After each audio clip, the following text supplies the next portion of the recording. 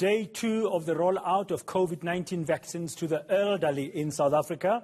The country is aiming to vaccinate 5 million citizens older than 60 by the end of June. So what's the situation on the ground? We have our reporters in different parts of the country covering this story for us today. Aviwe Mtila is in Limpopo, Masego Rahlaga in Johannesburg, and Dasen Thathiah in Pietermaritzburg. Good afternoon to you all. Let's start with you, Aviwe. You are in Limpopo. Earlier you were in Polokwane. How is phase 2 of the vaccine rollout been going in that province? Well, there's been a lot of excitement on the ground as phase 2 of the vaccine rollout was underway. I was at Pietermaritzburg Hospital, where it was the first day of the phase 2 rollout, but generally in Limpopo, it's the second day where there's been a lot of excitement, especially from the elderly people. Now, I've been engaging a lot of people on the ground, including the South African Church Council of Churches chairman in Limpopo province, who urged some of his congregants just to go and take the vaccine themselves. Also spoke to the House of Traditional Leaders chairperson in Limpopo, Khosi, who suggested that they need conversations with the MEC, still ongoing conversation as to how they'll get the vaccines even to the rural villages. I understand at the moment 6 hospitals around Limpopo on the day 2 rolling out those vaccines. And in fact, it's a conversation that I've had with an elderly woman who was quite excited on the ground to receiving the vaccine. Let's just take a listen to that conversation. I'm very happy, very, very happy. I realized that this pandemic is very, very serious. I had 2 cases in my family, but through following all the rules and the instructions that we got from the TV, from the media, from the doctors, we know what is the meaning of vaccination. We know what is the meaning of sanitizing, social distancing, and the importance of putting on the mask. So, fortunately enough, my daughters who were affected, who tested positive, they really quarantined us, followed all the rules. And Masego, you are in Diepsloot, in the northern parts of Johannesburg, one of the poorest neighborhoods. What's the situation there today? Well, Braden, my colleague Ditiro Selepe and I are doing something slightly different to our colleagues in Limpopo and in Durban. We came to Diepsloot to speak to the elderly who are still waiting to receive that SMS that they can come be inoculated. So, as we know yesterday how it started and how Gauteng has already said over the weekend and over the past few days is that the elderly should go to old age homes to go get inoculated there. But of course, you only go there when you have received that SMS. So Ditiro and I have been speaking to 3 elderlies who basically did get registered, but they are still waiting for those SMSs. And what we found on the ground here in Diepsloot, Braden, is that a lot of them feel forced, those are their words, they feel forced to get this vaccine because they don't want to get sick. They read the news, they hear the news, they see all the pictures and videos doing the rounds about how people die from COVID-19 and what the illness does. So they feel forced to go get vaccinated because of their age, but they don't really know what these vaccines are, the difference around them, and a lot of them actually, all the ones that we spoke to at least, Braden, could not register themselves. They had to get assistance from their grandchildren or their children, and some of them, luckily here in Diepsloot, got assistance from nurses working at the local clinics around. Yeah, my understanding is once you've registered online, you get an SMS saying your registration has been successful. You must wait for another SMS to tell you when and where to go. So those elderly in Diepsloot still waiting for that one. And it's a shame that they are feeling forced at this stage. But let's bring you in, Dasen, in Pietermaritzburg. The Health Minister, Dr. Zweli Mkhize, today checking out the progress of phase 2 rollout in KwaZulu-Natal. What can you tell us? He's had quite a few things to say.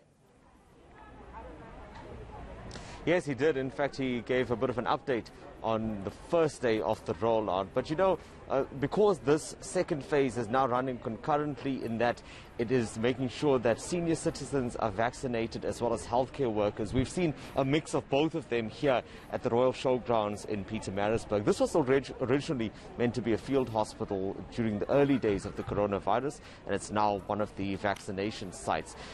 Dr. Zweli Mkhize spoke about some of the challenges that they had encountered on the first day, and one of those was load shedding. I think just like it affects ordinary South Africans, it also affected the vaccination process, not in the vaccines itself, but in terms of the collection of the data about who had been vaccinated. You know that this works with an electronic data management system, and because of the load shedding in some areas, those numbers then had to be recorded manually and then inputted onto the system a bit later. But that's just one of the hiccups that they had as the second phase starts to gain momentum. He says he hopes that it will pick up and things will smoothen out, and there will be more people that will be coming forward after having received those SMSs. So let's listen into some of what he had to share with us here.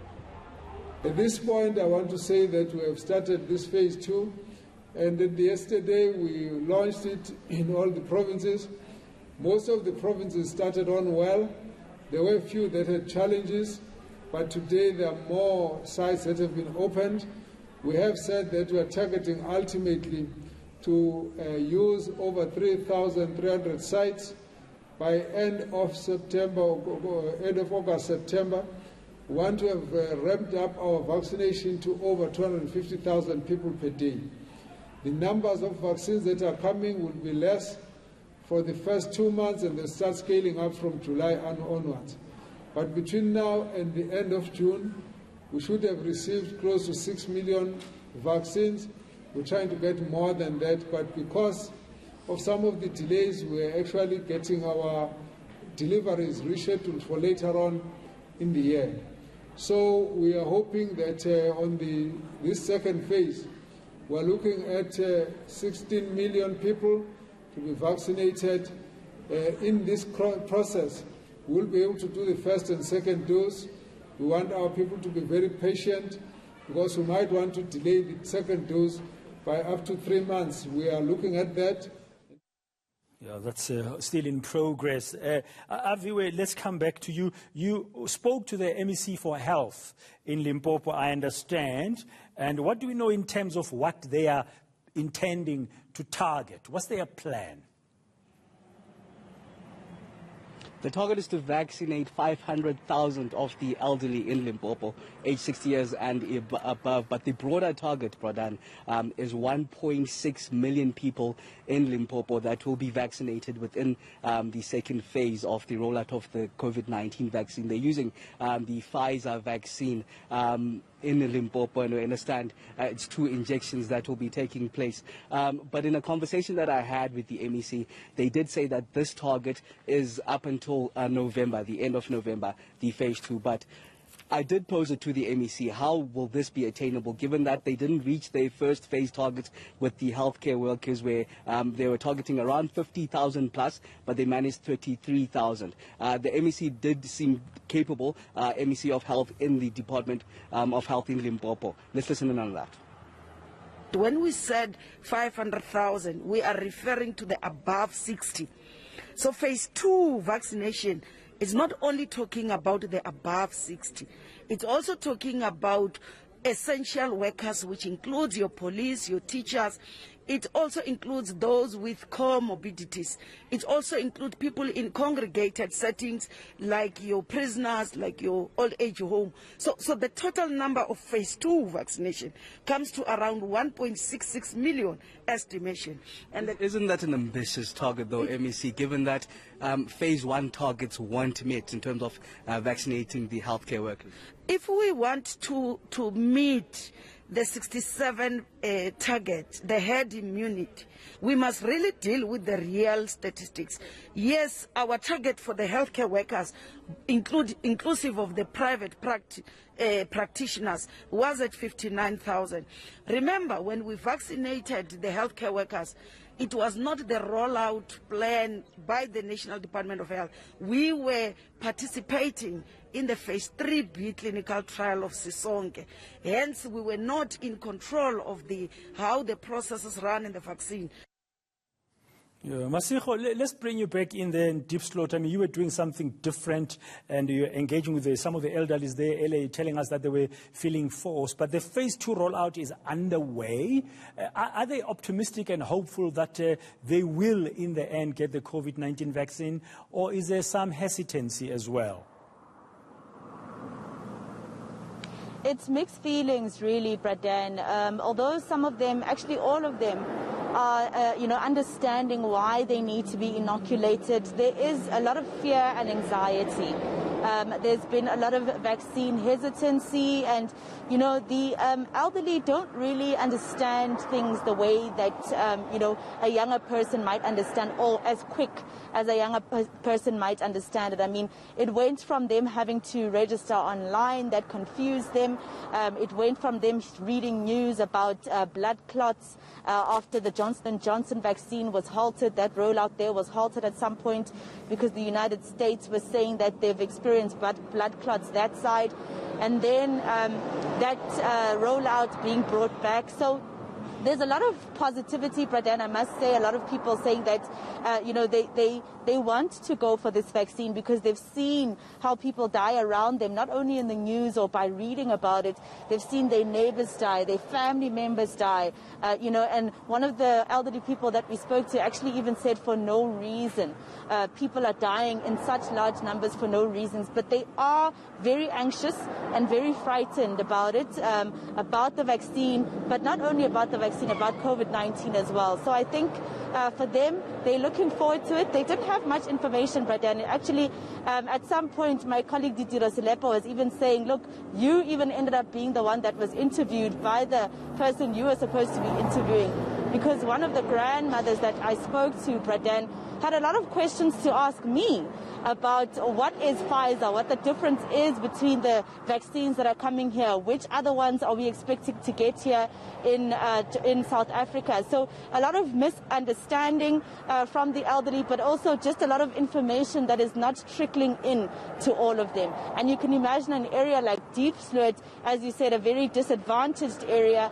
Information probably gets to areas such as those ones and even rural areas a bit later than the time that it would reach other areas. Yeah, I think lack of access to appropriate information will create speculation and rumors and all sorts of fears and anxieties. And Dasen, the MEC in KwaZulu-Natal, the MEC for Health, they did address some of the fears that are associated currently with the vaccine. And here it seems to go beyond just the vaccine itself and which vaccine you're getting. I mean, there are some people, according to the health MEC here, that believe that vaccines in general for COVID-19 may be evil in some way. And she did speak to that. But broadly, Dr. William Kize was saying that they are happy to see that there isn't vaccine hesitancy on a large scale, but I guess the numbers will start to speak for itself as those are released. And he's promised that those numbers of those who have been vaccinated will also be released more regularly as the phase 2 really gets underway. Let's listen into what Nomagugu Simelane Zulu had to say about the vaccine hesitancy in KZN. Siyazi-ke ukuthi bakhona abanye abantu abathi bekhuluma ngomgomo kuthiwe umgomo uhamba nesatanism. Archbishop, there has been some narratives that are speaking to that. Kuthiwa i-vaccination ihamba nesatanism. I-vaccination is something that is there ezokwenza ukuthi sibe amazombies singakwazi ukucabanga and so forth. Ngime lapha mkwenu ngi-indicate ukuthi nami sengawuthola umgomo 6 weeks 8 weeks later ngisamile ngisakwazi ukucabanga. Umama simzwile lapha nesho ukuthi uvaccinate 6 days ago kodwa kanawo ama-adverse effects. Okay, that's Nomagugu Simelane Zulu, the MEC for Health, ending that report on the Midday View. Thank you very much, Dasen Thathiah, Masego Rahlaga in Diepsloot in Johannesburg, and Aviwe Mtila just outside Polokwane in Limpopo. Awesome colleagues, thank you very much for that latest update on day 2 of phase 2 rollout of the COVID-19 vaccine, targeted mostly or prioritizing the elderly, those 60 and above. But as we know, phase 1 is still going going on for essential employees. Now, the health minister at the same time, he's saying that he hopes that the J&J vaccines will be released this week. He says a global audit is being done and he will meet with the company tomorrow. That's Wednesday. Right now, South Africa is only rolling out the Pfizer jab as it's waiting to hear from the U.S. Food and Drug Administration. But we're expecting that the Johnson & Johnson, those vaccines should be released. We're hoping sometime this week. I'm going to be having a meeting with Johnson & Johnson Global Office by Wednesday. So we will know after Wednesday exactly when they will release them. The vaccines are ready, they're manufactured, we know they're not contaminated, we know they're safe, we know they're available. They're just waiting for the global audit process to be concluded. And the audit is largely taking place in the United States of America, and therefore on Wednesday we'll get our final answer, and therefore we expect that they should be released after that. It's going to make it much quicker and much easier to vaccinate when we've got one jab, we've got no storage problems, and we can mostly deploy them to the rural settings as well as in the small town.